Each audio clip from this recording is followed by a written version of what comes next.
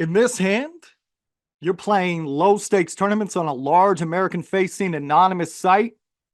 Villain 22 has been a reg, nothing really outstanding to write home about. Nothing bad, just nothing outstanding. You have ace 2 offsuit in the small blind. What would you like to do here?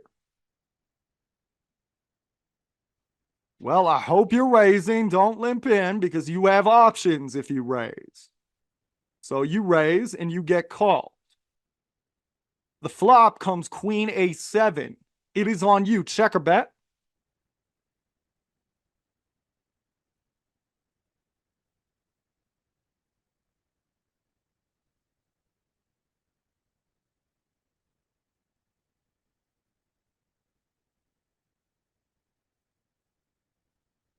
All right.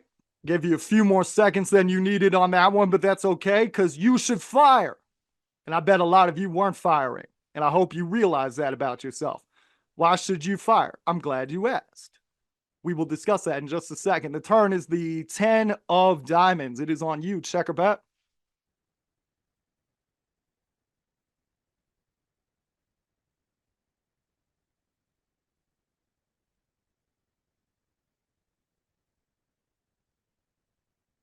Just a few more seconds.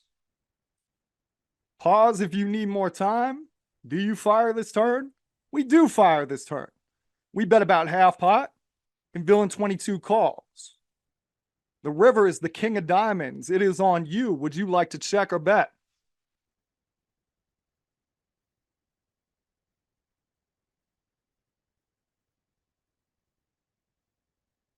Five more seconds.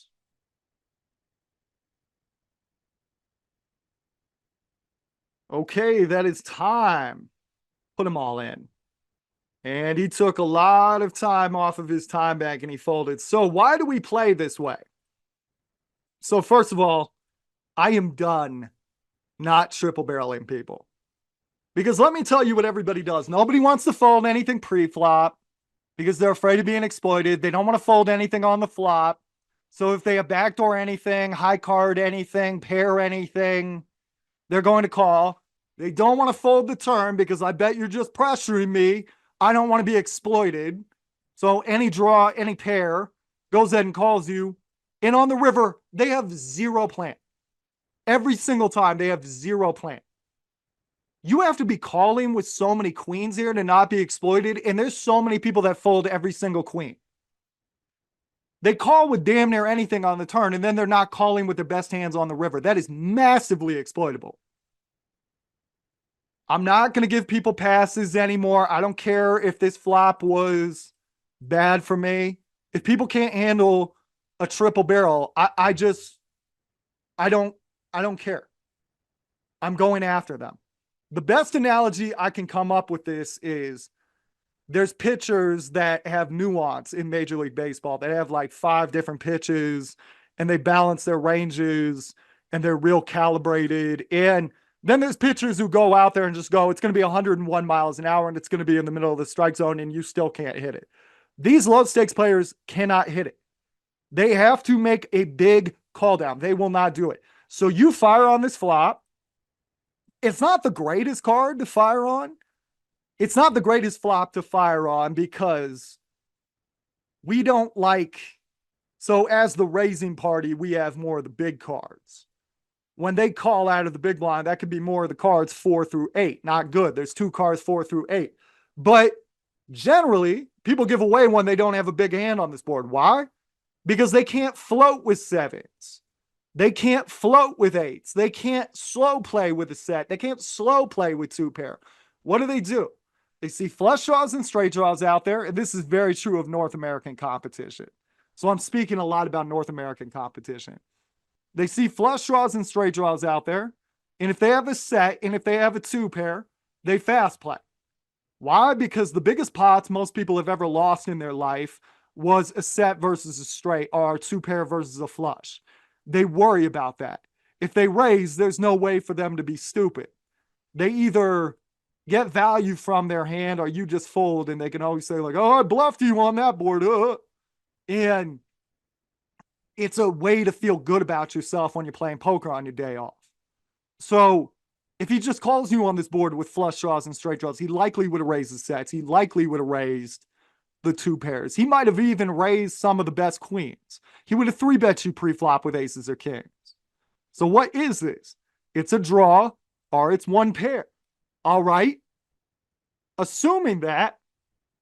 So when you fire on this turn, what's going to happen most of the time is when they see the straight draw, when they see the flush draw, no 7, no 8, no 10, no queen is going to be folding to you.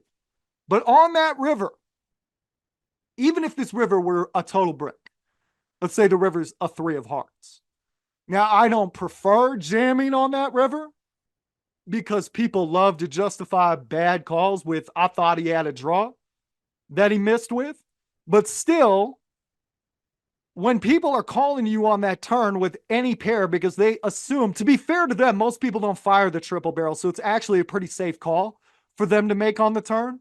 But what happens is if they're calling you with damn near everything on the turn, and then they actually fold some top pairs on the river when they're just not feeling it that day, that is way too much folding. That is way too much folding. You're not risking that much here. You're shoving 23 big blinds into 29. Your bet needs to work. I can't do math that high. You have to divide 23 divided by 29 plus 23. 45% of the time, I don't know. I can't do it at the table either. I can get rough. But yeah, when you shove here, if he needs to call you about half of the time to make sure he's not being exploited. But if he only calls you a third of the time with some of his better top pairs, he's going to get smoked. And if people can't make this call, I'm not going to politely check fold to you anymore just because, quote, that's your board. Not at low stakes when you can do these mad exploits. So he took his time. He wasn't happy about it, but oh well. So obviously this river card was better for me. That makes getting the queens to fold a little bit easier.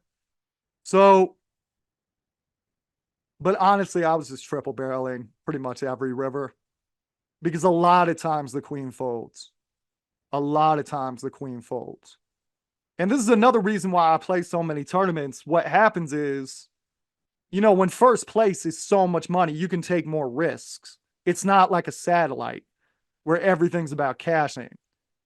You can take on more risk because, yeah, you start the day with 10, 20 tournaments and you get deep runs in 4 of them, and you can use that big stack to abuse the other middle stacks on the bubble.